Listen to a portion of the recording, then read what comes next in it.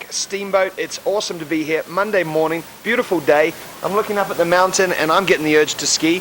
Ilya, Shapiro, are you ready to go up and crush another day on the mountain? Absolutely. It's my last day at Steamboat, so I got to leave everything up on the hill. You have to. How many days have you been up there? This is my third. Third day? Yeah. Hey, feeling it in the legs? Yes, definitely. Yeah? Definitely. And today I'm skiing with my wife, so hopefully it'll be a little easier. Yesterday was my free day, and before that I had my lesson, so a little bit of everything. Okay, good man. Yeah. And your wife, recently married, just June last year? We're newlyweds, yeah. Very Enjoying cool. it, yeah. And if you would like to see his wedding, it's still online.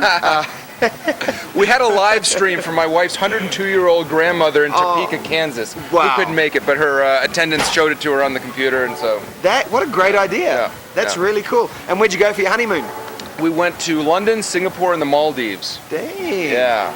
It was a great trip. London, you probably had to go back and catch up with some of your university friends. I did. I did a master's degree at the London School of Economics. Of course, I mostly studied beer, theater, and rugby, so it was an interesting course.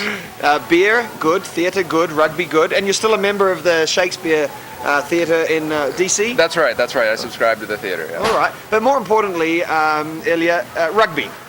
You played while you were studying in London? I did. What position? I was a winger or outside center. That's kind of like a right wing or a running back or a wide receiver in football. One of the speedy guys. I like to run with the ball. Great. You have a good time? It was great. Now I can't play. I hurt my shoulder playing hockey. I play all these different crazy sports. So. Well, that's probably good because you need all the time for all this other great stuff you're doing. That's right. And I mean, you hang out with Stephen Colbert a little bit. You're a correspondent for the Colbert Report. Well, I wouldn't go that far. That's a truthy way of putting it, I suppose. Yes, I'm a fan of the Report. Actually, I just filed a brief with the Supreme Court about the importance of satire, truthiness, and snark to the American political discourse. Did you know that in Ohio, among a number of states, it's illegal to lie about a politician? I had no idea. You can be thrown in jail. Really? I mean, this isn't something that's decided, by your opponent criticizing you or somebody going on TV or something. The election commission can actually throw you in jail, and they determine what's false. I don't know if 2 Pinocchios out of 5 is okay, but 3 is over the line. It's bizarre. So the Supreme Court has taken up this case. We put together what has been dubbed the funniest Supreme Court brief ever. You can Google that. P.G. O'Rourke, the satirist, joined it. So there's a lot of influences in my writing and my work. Okay, fantastic. Now you're a member of the Federalist Society. Tell me a little bit about that. Sure. When The Federalist was that Society was founded about 30 years ago or so as a response to the left-wing takeover of law schools. It's an organization of lawyers and law students, conservatives and libertarians like myself. And I've been a member since I was in law school at the University of Chicago, and now I go around giving a lot of speeches, doing debates, meeting with student groups and with lawyers, and that's what I'm actually going to be doing tomorrow in Denver and then Wednesday in Boulder. Okay, great. Yeah, you were coming out to Denver and Boulder to speak, and you got the bug to ski. You wanted to get up on the mountain, so you... Yeah, every year I get these invites, and they want to invite me for September or May or something. I'm like, no, I'm unavailable. I'm only available between January and March, and then I pick a place to go. And I've been to Steamboat. I was in Steamboat 3 years ago. I thought I'd come back. Good on you. And what's your level of skiing? Where are you at? I'm a solid black. I don't do the double blacks or any of the crazy extreme terrain stuff. But I started as an adult. I started when I was 28. But I love it, and I do the blue blacks and all that sort of thing. Good on you, yeah. And the mountain's in great condition right now, so you probably had a blast up there. Yeah, it's good. Now, did you feel a little homesick at all? The Sochi Olympics very recently. You were born in Moscow back in the day. You moved from there when you were a young kid, but did you feel a sense of Well, pride? my family left Russia because my parents didn't want me growing up under communism. I mean, I'm a naturalized Canadian citizen, so if anything, it's tough for me to watch Canada play the U.S. in hockey. Right. But Russia, I don't really have that much sympathy for, and it's all the Putin Olympics. It's bizarre having them in Sochi. It's like having the Winter Games in America and putting them in South Carolina. Okay. I mean, Sochi is pretty much the only place in Russia that's not suitable for a Winter Games. The temperatures went into the 60s. It was just a little ridiculous there. Okay, interesting. And I was looking at, when I was researching you yesterday, I was looking at all this.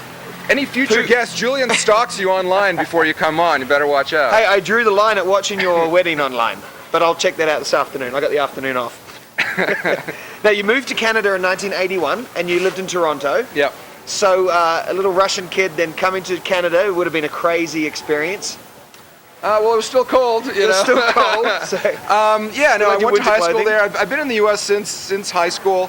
I've had an interesting life. I've studied in Latin America. I've spent time in London, as you said. and I've worked as a lawyer and other types of jobs. Now I've been at the Cato Institute for about 6.5 years. That's a public policy research organization, a think tank in Washington, D.C. So I keep myself busy. I kind of get bored easily, so I have to do all these different Stay sorts nice of and things. busy. Yeah. And you went to Princeton? I did. Go Tigers? Very good, very good. You had to look that up, I'm sure. Yeah.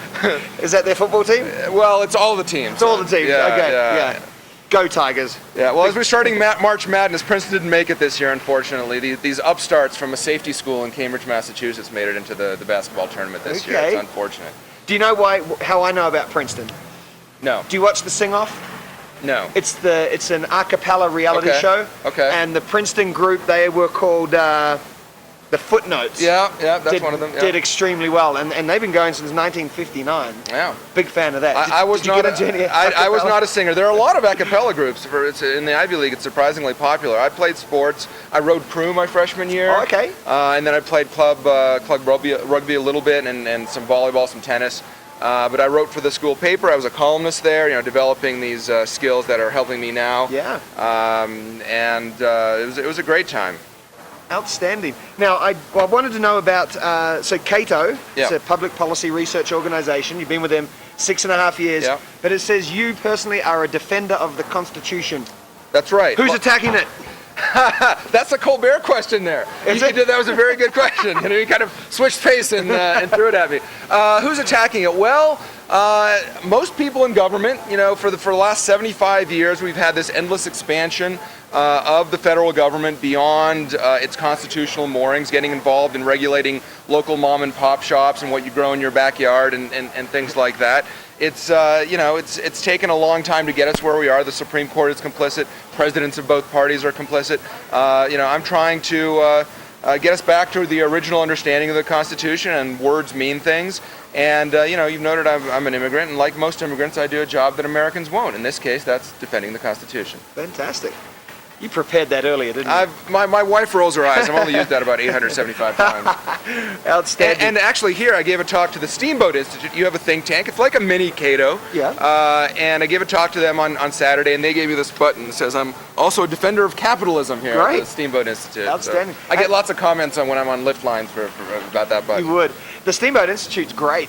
They brought Lieutenant Colonel Alan West out here just a couple of months ago. He had a couple of speaking engagements, and they really do a great thing in the community and just bring speakers such as yourself that we wouldn't normally get in this little ski town. So a big shout out to the Steamboat Institute for making that happen. You can see more about them if you just go to their website, steamboatinstitute.org, not .com. So check them out and support them. They do a good thing for us. Now, as a fellow rugby player, if anyone attacks the Constitution and you're defending it, as you know, I got your back. Okay? All right, that's very good. Very good. What was your position? Well, I've played since I was 7, so I've played for over 34 years. When I was in the big leagues, I played 13, outside centre, but also open side flanker. Number 7. I was a bit bigger in those days.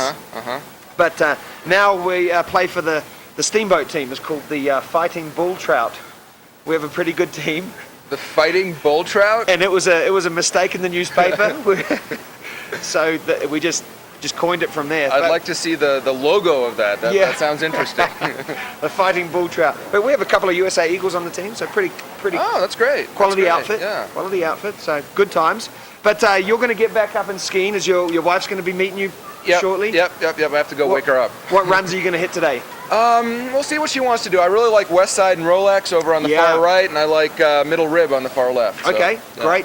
And if you go up, one of my favorites, if you go up Pony, just break a left off there, you'll find a lot of nice fresh stuff as well. Good. And I think you're going to have a great day. The snow comes in tonight and all day tomorrow, but you're leaving. I'll be gone. You're leaving tonight? Leaving tonight. Next year. Next year. Next year. Come back. You'll always be welcome back on the show. Wonderful. Outstanding. Now, I did see something about a little bit of advice you have for young professionals, and I wrote that off. I tried to commit it to memory, but it was quite late last night. Yeah, I have a lot of especially young lawyers and law students or college kids that might want to go to law school, and first of all, I tell them don't. There's a lot of miserable, in-debt lawyers around, but if for some reason you do find yourself in law school and you want to do some interesting stuff like what I'm doing now rather than You know, before I was a corporate lawyer for a few years, just big companies suing each other, which some people enjoy. My wife's still a practicing, real lawyer. I like to say that I'm a recovering lawyer. It's like being an alcoholic, It's been 7 years since my last complaint. But just, I kind of followed my passion, and I tried to do it well, whether, writing and public speaking and being on top of current affairs and things like that. And one thing led to another, and at a certain point, I was in the right place at the right time with the right skill set. It's not just about randomly, where's Waldo, being in the right place. It's, being at the place where you can take advantage of that. Sure. So, you never know, especially in today's modern economy, you never know where you're going to end up. But it's a lot better to be doing something that you enjoy, that you actually have a passion for, and hone your skills in that. And who knows where you're going to get rewarded for it. Absolutely. I like that. Follow your heart, follow your passion. Ilya, it's been great to have you on the show. Thanks for taking the time. Yeah, you can find my work at cato.org, cato.org. I have all my videos and articles and blog posts and all the rest of it. Great. And if they want to see the wedding? If you know what, do a Google search for The Framers and Love. I had a bit of an unconventional wedding, and there was a reading about the founding fathers and their love letters and things like this. Fantastic. So, yeah. Fantastic. That's so cool that you did it for your wife's grandmother. That's outstanding. Well, my buddies who were serving in Iraq and Afghanistan were also viewing on that same channel, so it was good. Good deal. Yeah. That's great. Well, thank you very much for joining us. We appreciate it. Don't go anywhere. We'll be right back. Steamboat Today is brought to you by Romix Into the West, offering the region's finest home furnishings, clothing, home accessories, and interior design